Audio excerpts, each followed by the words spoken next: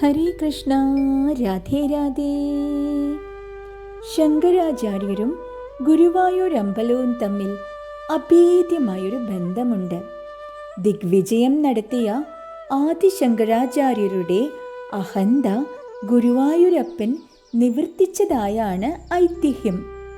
ഗുരുവായൂർ ക്ഷേത്ര പരിസരത്തിലൂടെ ആകാശമാർഗെ സഞ്ചരിച്ചിരുന്ന ശങ്കരാചാര്യരുടെ യാത്രയ്ക്ക് ഭഗവാൻ ഭംഗം വരുത്തി ദർശനമേകുന്നു. ക്ഷേത്രത്തിൻ്റെ മഹിമ ഭക്തർക്കറിയുവാനായി 41 ദിവസം ഭജനമിരിക്കാനായി ഭഗവാൻ ശങ്കരാചാര്യർക്ക് നിർദ്ദേശം നൽകി. ആദിശങ്കരാചാര്യരാണ് ഗുരുവായൂർ അമ്പലത്തിലെ പൂജാക്രമങ്ങൾ ചിട്ടപ്പെടുത്തിയതെന്നാണ് വിശ്വാസം.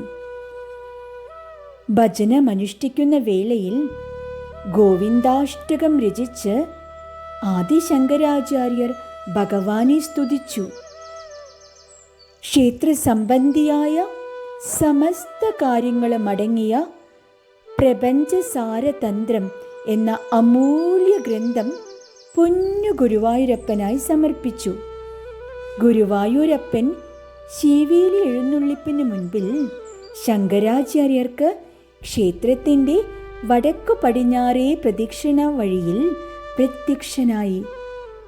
ശങ്കരസ്മൃതിയിൽ ഇന്നും ശീവേലി എഴുന്നള്ളിപ്പ് ഇവിടെ എത്തുമ്പോൾ വാദ്യമേളങ്ങൾ ഒരു നിമിഷം നിർത്തും.